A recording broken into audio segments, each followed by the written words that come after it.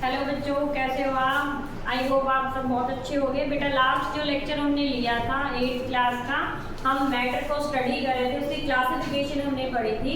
Classification में हम पहुंच गए थे मेटल और जो नॉन मेटल है वो हम उनकी फिजिकल प्रॉपर्टीज स्टडी कर रहे थे। फिजिकल प्रॉपर्टीज में 4 प्रॉपर्टीज हम क्या कर चुके थे, पढ़ चुके थे।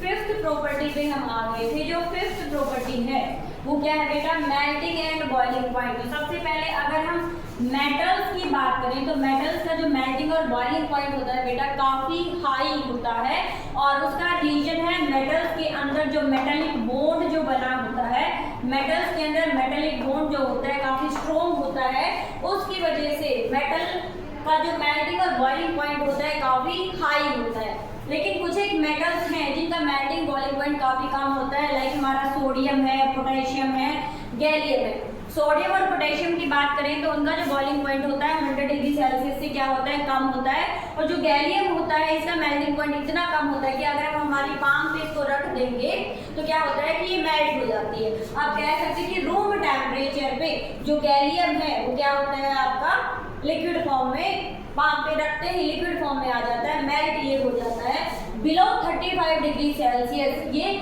लिक्विड फॉर्म में हमें मिलेगा। सेम प्रॉपर्टी अगर हम बात करें किसकी, नॉन मेटल्स की अगर हम बात करते हैं, नॉन मेटल्स के केस में जो मेल्टिंग पॉइंट और जो बॉइलिंग पॉइंट होता है काफी लो होता है। मेटल से कंपेयर करते हैं तो नॉन मेटल्स का मेल्टिंग और बॉइलिंग पॉइंट जो होता है काफी कम होता है। लेकिन कुछ एक मेटल्स है लाइक आपका कार्बन है, सिलिकॉन है, सॉलिड फॉर्म में मिलते हैं और इनका जो मेल्टिंग और बॉइलिंग पॉइंट होता है काफी हाई होता है। तो आप कह सकते हो कि जनरली नॉन मेटल्स का मेल्टिंग बॉइलिंग पॉइंट क्या होता है, कम। लेकिन कार्बन है लाइक आपका सिलिकॉन है, इनका मेल्टिंग पॉइंट क्या होता है, हाई होता है। ये थी 5th प्रॉपर्टी किसकी, मेटल और नॉन मेटल की। हम बात कर रहे हैं फिजिकल प्रॉपर्टी की। नेक्स्ट जो प्रॉपर्टी आती है वो क्या आती है, डेंसिटी। तो डेंसिटी की बात करें, जो मेटल्स होते हैं उनकी जो डेंसिटी होती है काफी हाई होती है, काफी डेंस सॉलिड फॉर्म में होते हैं मेटल्स, और डेंसिटी भी काफी क्या होती है, हाई होती है। मोस्ट अगर हम बात करें एलिमेंट्स के केस में तो सबसे ज्यादा जो डेंसिटी होती है वो किसकी होती है, ऑस्मियम। ऑस्मियम की डेंसिटी जो होती है सबसे हाई होती है। लेकिन अगेन कुछ एक मेटल ऐसी होती है जिनकी डेंसिटी काफी कम होती है, इवन वो फ्लोट भी कर सकती हैं, काफी लाइट मेटल होती है। फॉर एग्जांपल आपका सोडियम है, पोटेशियम है, दोनों की डेंसिटी क्या होती है, काफी कम होती है। इवन इनके कंपैरिजन में अगर हम देखते हैं मरकरी जो होती है, मरकरी की डेंसिटी भी क्या होती है, काफी हाई होती है। बट जो सोडियम पोटेशियम है ऐसी मेटल्स हैं जो कि सरफेस पे क्या कर सकती है, लिक्विड की सरफेस पे फ्लोट कर सकती है। नॉन मेटल्स में अगर हम बात करें डेंसिटी की तो नॉन मेटल्स की जो डेंसिटी होती है काफी कम होती है। बट डायमंड जो होता है, डायमंड की जो डेंसिटी होती है काफी हाई होती है। तो ये जो 6th प्रॉपर्टी है डेंसिटी की अगर हम बात करें, जिसमें मेटल्स की जनरली क्या होती है, हाई होती है, नॉन मेटल्स की जो डेंसिटी होती है क्या होती है, कम होती है। मेटल्स में कोई भी 2 ऐसी मेटल का नाम बताओ जिनकी डेंसिटी काफी कम होती है या फिर किसी भी लिक्विड की सरफेस पे फ्लोट कर सकते हैं, तो उनमें क्या आता है आपका sodium and potassium. High density कौन से एलिमेंट की होती है, कौन सी मेटल की होती है, तो वो कौन होता है आपका ऑस्मियम। नॉन मेटल में हाई डेंसिटी की बात करते हैं तो कौन है, डायमंड। अगली प्रॉपर्टी पे आते हैं बेटा डक्टिलिटी। ये जो प्रॉपर्टी होती है मेटल्स की होती है। ये प्रॉपर्टी एक्चुअल में होती क्या है कि जो मेटल्स हैं उनको हम थिन वायर्स में कन्वर्ट कर सकते हैं। थिन वायर्स में कन्वर्ट होने की जो टेंडेंसी होती है उसको हम क्या कहते हैं, डक्टिलिटी। और ये जो प्रॉपर्टी है किसकी होती है बेटा, मेटल्स की होती है। मेटल्स को हम इजीली किसमें कन्वर्ट कर सकते हैं, थिन वायर्स में कन्वर्ट कर सकते हैं। तो हम कहते हैं कि जो मेटल्स होते हैं वो कैसे होते हैं, डक्टाइल होते हैं। क्वेश्चन यहाँ से ये पूछा जाता है कि मोस्ट डक्टाइल मेटल का नाम बताओ। तो मोस्ट डक्टाइल मेटल में आपका कौन कौन आ सकता है, गोल्ड है, सिल्वर है, इसके बाद आपका आता है कॉपर है। इनसे क्या बनाए जाते हैं, थिन वायर्स बनाए जाते हैं। तो इन मेटल्स की जो डक्टिलिटी होती है वो काफी हाई होती है। नॉन मेटल की अगर हम बात करें तो नॉन मेटल्स में जो है डक्टिलिटी नहीं होती है। ये प्रॉपर्टी नॉन मेटल्स की नहीं होती है। काफी नॉन मेटल ऐसी होती है, हार्ड होती है, पीसेस में वो टूट जाती है, ब्रेक डाउन इनटू पीसेस उनका हो सकता है, बट वायर्स में कन्वर्ट नहीं कर सकते हैं नॉन मेटल्स को। अगली प्रॉपर्टी पे हम आते हैं बेटा, वो है मैलिएबिलिटी। मैलिएबिलिटी में क्या होता है कि जो मेटल्स हैं उनको हमर्ड करके थिन शीट्स में कन्वर्ट किया जा सकता है। तो ये जो थिन शीट में कन्वर्ट होने की जो प्रॉपर्टी है, थिन शीट्स, इस प्रॉपर्टी को हम क्या कहते हैं बेटा, मैलिएबिलिटी। तो जो मेटल्स हैं हमर की हेल्प से जब हमर्ड किया जाता है तो जो मेटल्स हैं वो थिन शीट में कन्वर्ट हो जाती है। हम कह सकते हैं कि जो मेटल्स होती है काफी मैलिएबल होती है। तो हमसे क्वेश्चन पूछा जाए कि मोस्ट मैलिएबल मेटल का नाम बताओ, तो वो जो मेटल है कौन सी है बेटा, गोल्ड। गोल्ड जो है मोस्ट मैलिएबल मेटल होती है आपकी। उसी तरह से अगर हम नॉन मेटल पे आते हैं तो नॉन मेटल जो होती है वो मैलिएबल नहीं होती है। नॉन मेटल्स को हम थिन शीट में कन्वर्ट नहीं कर सकते हैं। तो सिंपल सी बात है, डक्टिलिटी और मैलिएबिलिटी ये जो दोनों प्रॉपर्टी है वो किसकी होती है, मेटल की होती है। नॉन मेटल जो होती है ना तो वो डक्टाइल होती है और ना ही वो मैलिएबल होती है। अगली फिजिकल प्रॉपर्टीज में जो लास्ट प्रॉपर्टी है जो हम डिस्कस करेंगे वो है बेटा सोनोरिटी।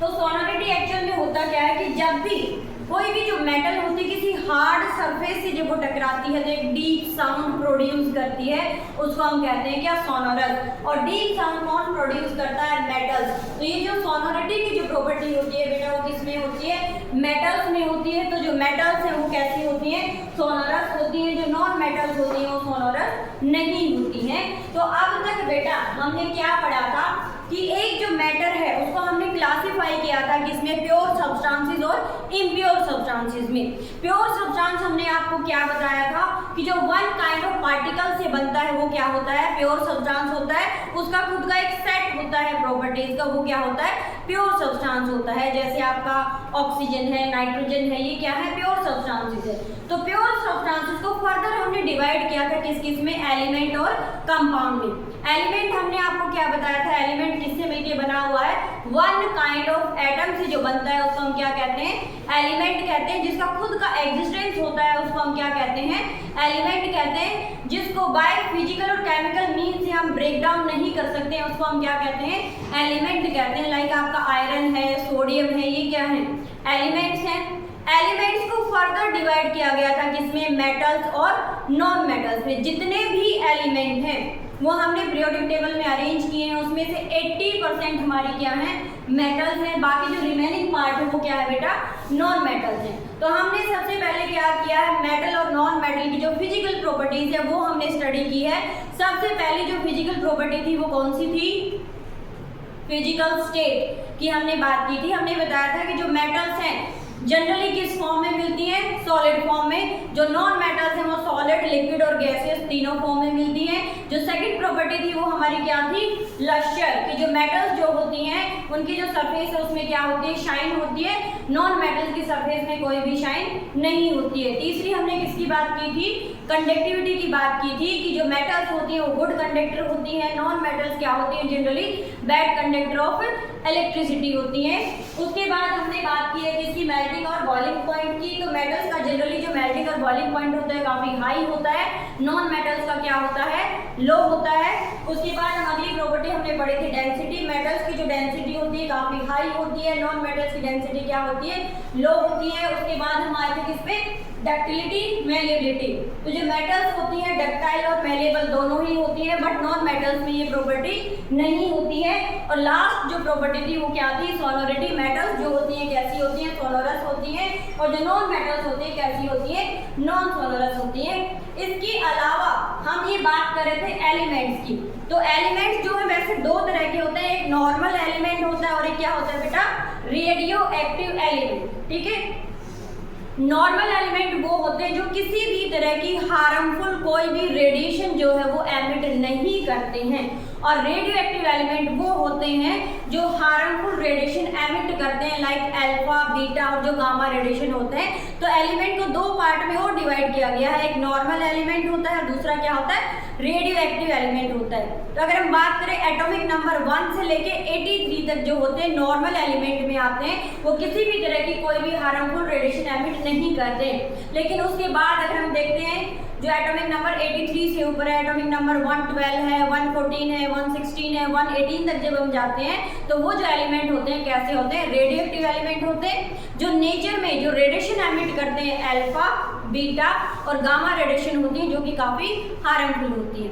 अब फर्दर जो टॉपिक हमें डिस्कस करना है वो है chemical properties of metal and non metal, जो हम अगले लेक्चर में देखेंगे। Thank you.